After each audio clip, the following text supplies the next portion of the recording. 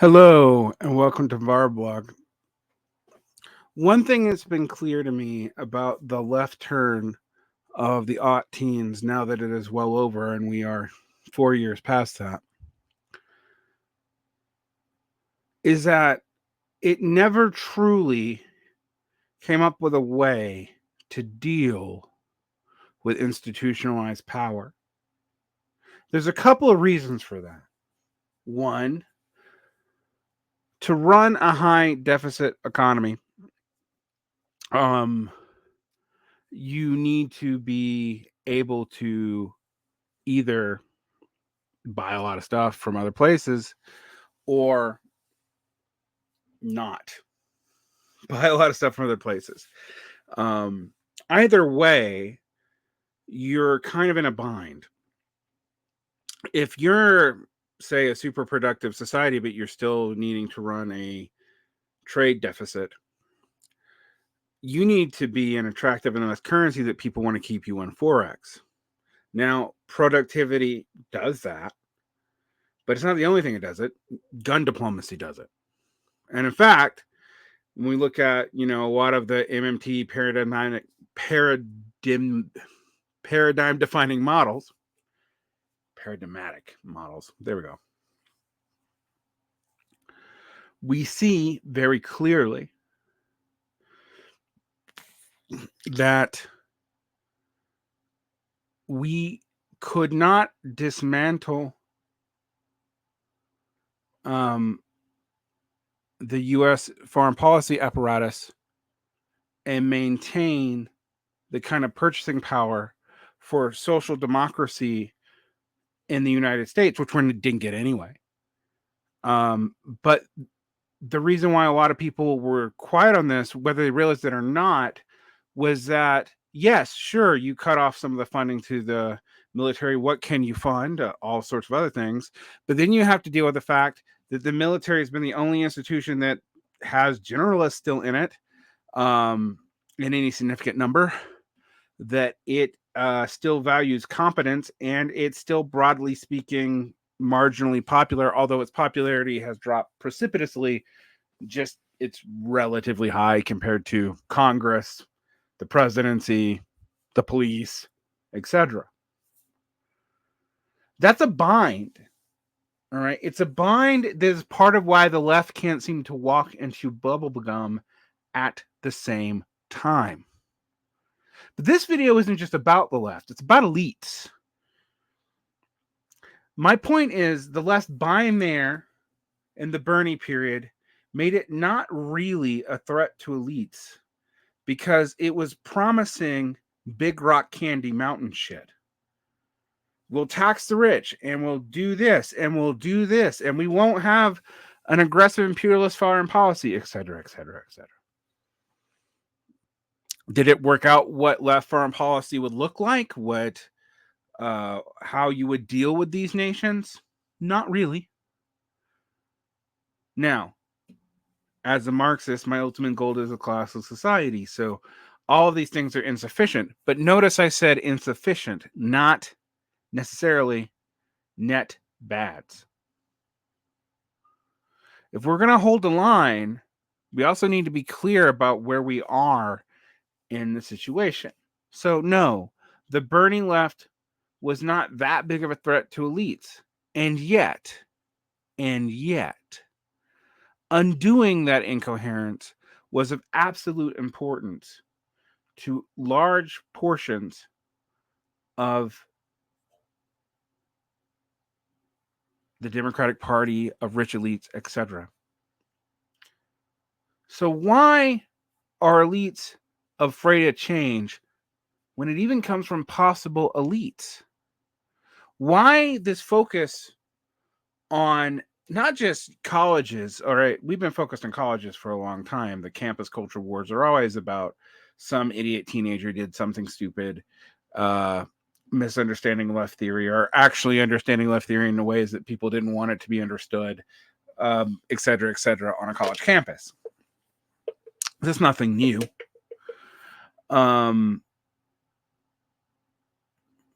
The reality here, though, is is a little bit more interesting, because when we look at the current debacle of administrators trying to conform to political pressures at the Ivy League around, say, the protest for Gaza, this seems to me to be an absurd show of weakness on their part, a pathetic show of weakness from these elites. Furthermore, it has not helped that a lot of these elites have had dirty laundry in their bag at these universities that have been turned a blind eye to, that people can dig up to attack them. And while, yes, they're attacking them for bad reasons, probably for being insufficiently anti-Palestinian, we have to be honest, it would be much better if these people didn't have this stuff in their closet in the first place. And when I talk about it and people yell at me for picking up right-wing talking points, motherfuckers, what's our purpose here? Are we on the right and left spectrum of the United States? Are we just downstream of the Democrats? That's not what I signed up for. It's never what I signed up for. I also don't want to replace it by flipping the script to a different tailism. Independence means independence, or it means nothing at all. Class independence means independence, or it means nothing at all. Dealing with the contradictions of the class means you have to do it. It means nothing at all. You have you want to protect people, provide them better health care. We're letting the healthcare system go into free fall, people. You know, during the Trump administration, I was hearing about how we might have Medicare for all within our lifetime. Now, I don't hear anything about it. I can't even get you guys to talk about what's actually happening on the fact that we're paying out for Medicaid less and less, and doctors and whatnot are jumping ship. Don't believe me? Look at why it's harder and harder to get providers for anything in the, technically speaking, richest country on the planet. Still. So why are elites so afraid? Now, I've noticed two things in the last couple of years. One was pointed out to me by Nicolas Villarreal, that I think is really important. And one was pointed out to me by a friend of mine who we'll call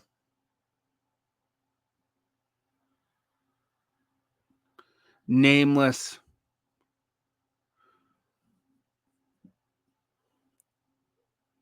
leftist turned formerly conservative turned leftist friend. The other one. Who has pointed to me about the Lumpenization of values. And I've thought a lot about this myself. I've done standard sociology for a long time, and I started looking at this trend that began in the 1960s with the Panthers about valorizing the lumpen. All right, because they were active. But what that missed, and what it missed in this, and I don't think of the lumpen as a completely coherent category. It's a process in a social category. It's not really a class. There's not one relationship to production manifested in lumpen, just like there's not one relationship to production manifested by professionals and managers. All right, you know, but that precision in analysis aside, let's be quite honest here. Why we've seen the lumpenization of a lot of the working class is that their industries they themselves are becoming more and more dependent on state largesse for whatever reason.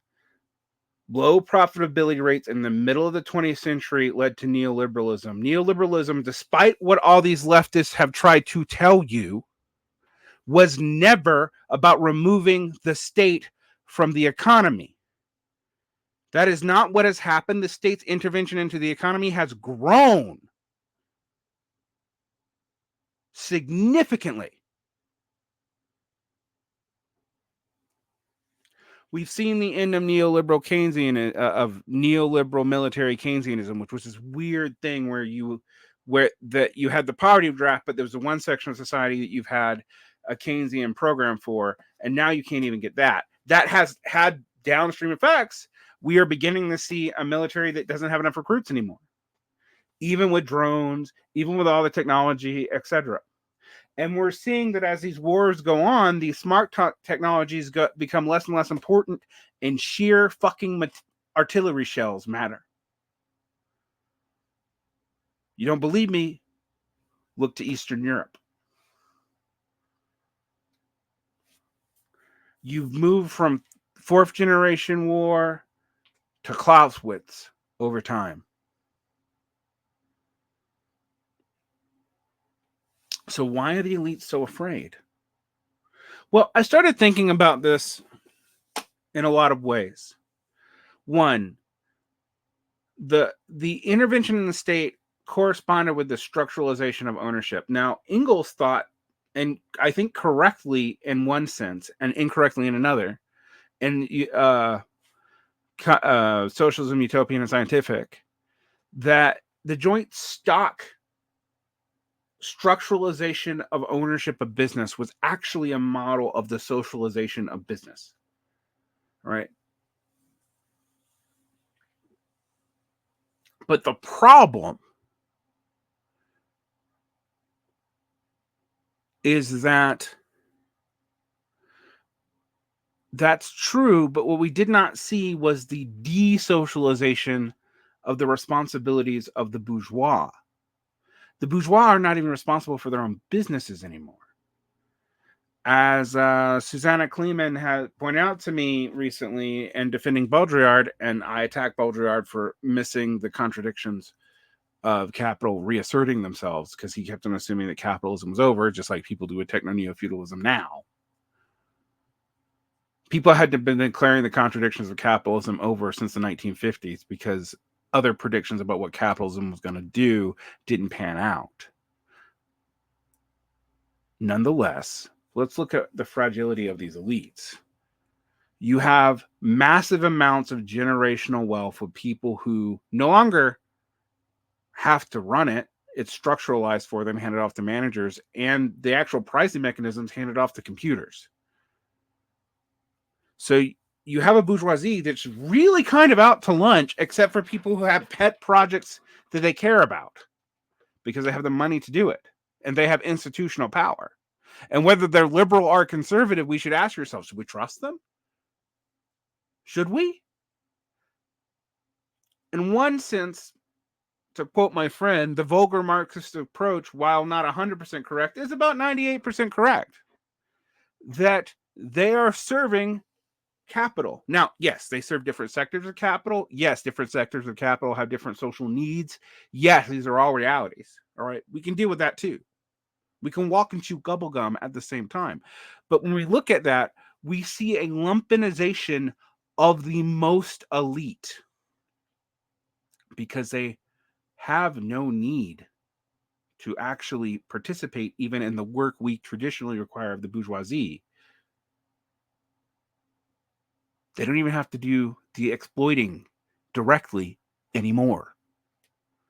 They can go run off on trust funds, live off interest, off of the accumulation of what they've done.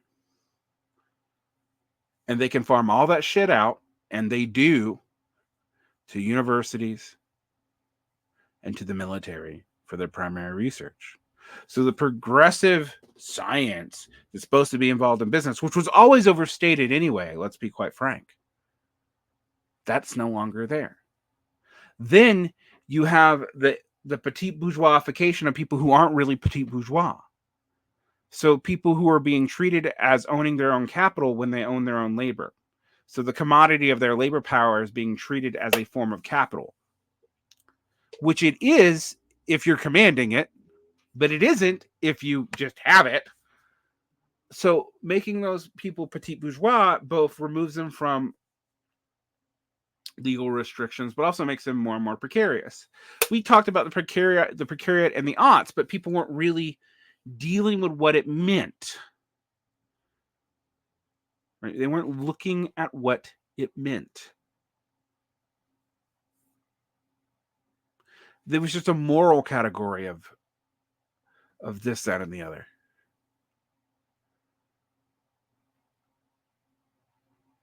Ask yourself then how we deal with that. If the left couldn't face the problem of the dollar, its relationship to foreign capital, and its relationship to gunboat diplomacy, if it couldn't actually even articulate a way to have some of that without that gunboat diplomacy and empowering workers, it couldn't even begin to articulate it. All right. Honestly, if we're completely honest,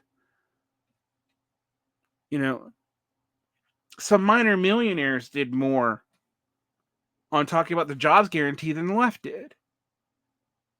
We talked about UBI, the ultimate form of dependency, which would also put the working class at the hands of both the legislature and inflation.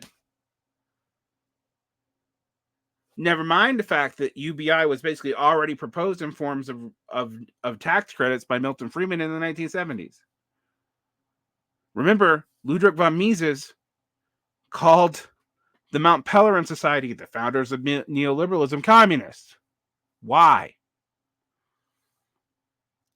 But this means, why are elites afraid of change even when it comes with possible elites? Why are they afraid of these outbursts of popular opinion and solidarity on elite campuses from possible future elites? Yes, not everyone who goes to Columbia or Dartmouth or Harvard is going to end up an elite, but most of them are. And considering that more and more of those people are not even from the United States, what do you think is going to happen? Why is this conflict so pitched?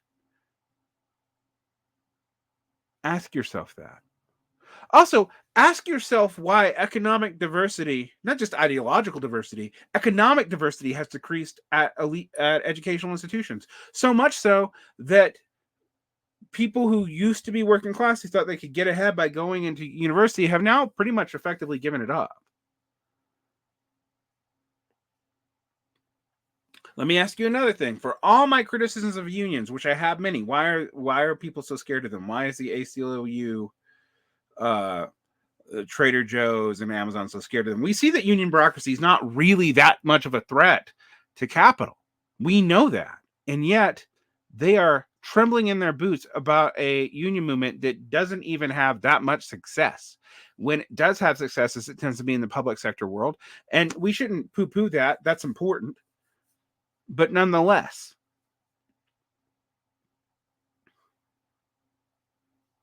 why is it so afraid? Well, I suspect that while there's profits now, that the bourgeoisie both has an inchoate notion,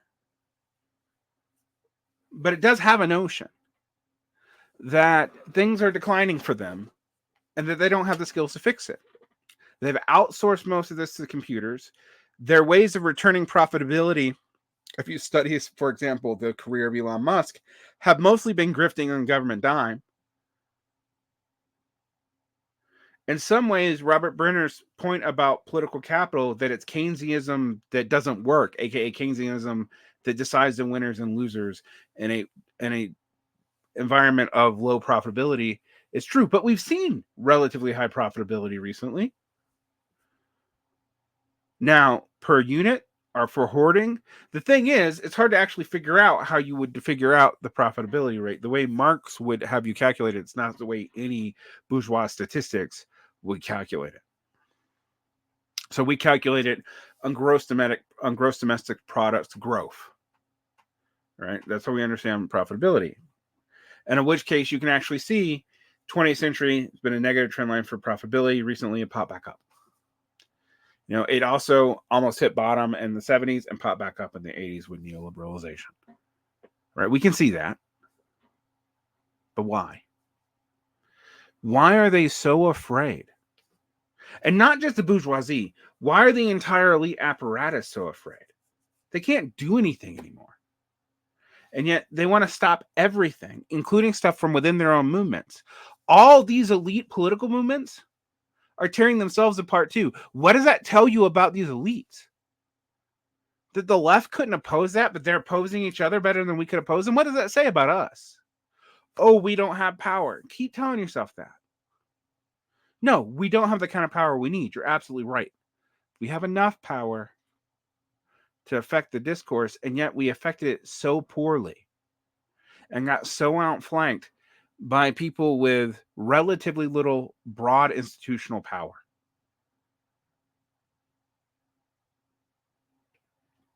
Demagogues and middling princelings of oligarchs who are not even old money, aka Trump, but a lot of them. You know, Trump is interesting. He's actually, while he does come from money, he's not first generation wealthy.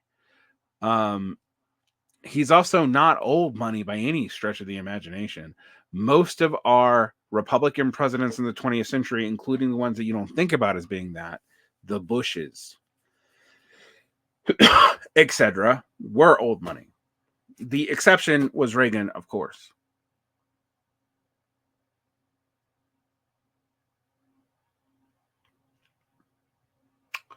Today, the Bidens aren't old money either, but the shenanigans of this new elite is pretty clear. I mean, it's one of the things that makes a lot of people uncomfortable. Why the Bidens have a long institutional power, and that's the corruption that goes with that. They are not an old family either.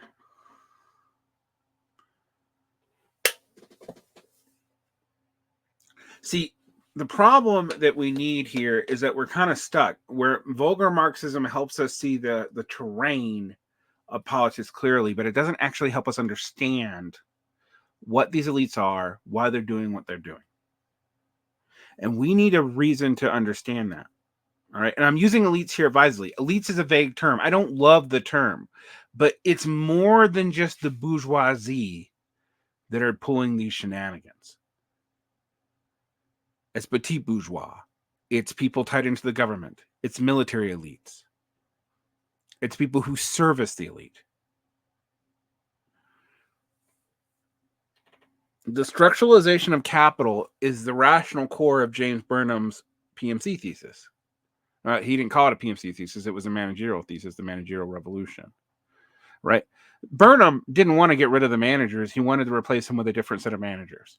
Read the New Machiavellians or the Machiavellians for that.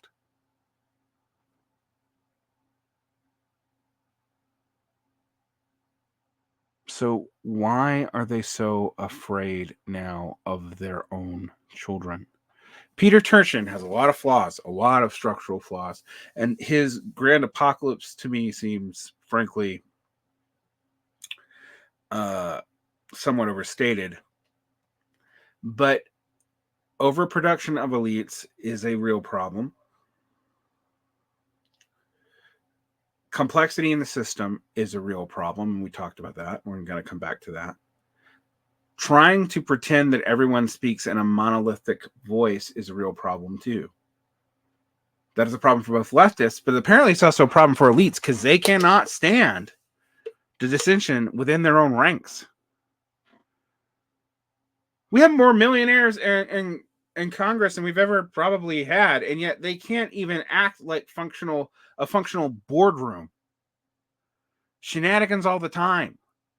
Why? Why are our elites, be they liberal or conservative, afraid of change? And if anything, the conservative elites are less afraid of change. They have less to lose. They're already losing. But the left is not winning. The center doesn't seem to be winning either. This is a key question, and any left what's its salt is going to have to answer it. Now, like I said, I have my theories. You have the lumpenization of lots of society. Lumpenization is caused by dependency on powers to fix problems that are otherwise impossible to fix. So you have a strong leader who can step in and mitigate and give patronage and whatnot until that patronage is impossible. And then it collapses from its own weight. But that is a lumpenizing thing. And I don't just think it applies to criminals and roustabouts and sex workers. I think it applies to broad sections of the economy. 2, if labor bureaucracy sucks as bad as it does, and it's not growing, and it isn't, then why are they so afraid of it? Why are they afraid of any concessions? Why are any concessions in the United States going to break their profitability? I suspect there's a real threat there. But why? 3rd, why is it that the professionals who are petit bourgeois and professionals who are not are so at odds? Well, they're both in some ways clamoring for government patronage. In the case of the petit bourgeois, they want low taxes and high subsidies. In the case of the professionals, they want high subsidies as well, but laundered through universities and grants, and high taxes. They work in areas that have relatively unclear relationships to profitability anyway, due to endowments, land holdings, etc. So, why? These are the questions we must ask. All right. You are willing to see all kinds of elites get on board with BLM, even if it was for recuperation and to stall out on anything radical. You are willing to see them abandon the infrastructure of the cities while ignoring the crime costs of that.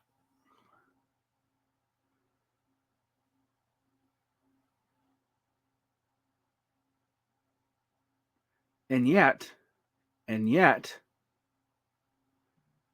they can't handle some criticism of foreign policy, of just asking the government not to give money to a relatively small nation with a relatively small subdemographic. Yes, there's geopolitical strategic importance to the Levant. There always has been. It's always been fought over for 5,000, 6,000 years. Right? It's where 3 continents touch. It doesn't have a lot of economic feasibility in it, actually, other than the people there. I mean, it's hard to run an economy off of olive farming and fishing these days. Nonetheless. So ask yourself, why are so many people freaking out about the Ivy League?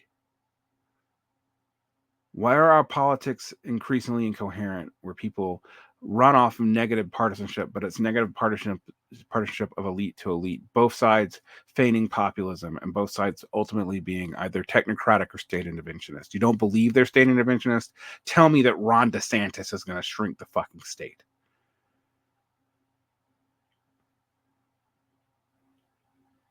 It's time to ask the crucial questions. We want a positive politics. We want an independent left. We want a worker autonomous left. We want to deal with the other social contradictions. We have to be honest about these.